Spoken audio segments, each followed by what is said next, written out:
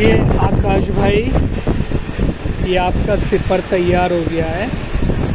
इस पे हम बस डिज़ाइन करेंगे। ये हमने बिस्किट ही निकाल दिया है, डिज़ाइन करके एक फायरिंग और चाहिए इस पे, ठीक है।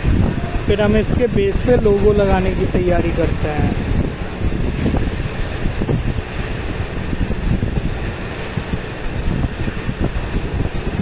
ठीक है,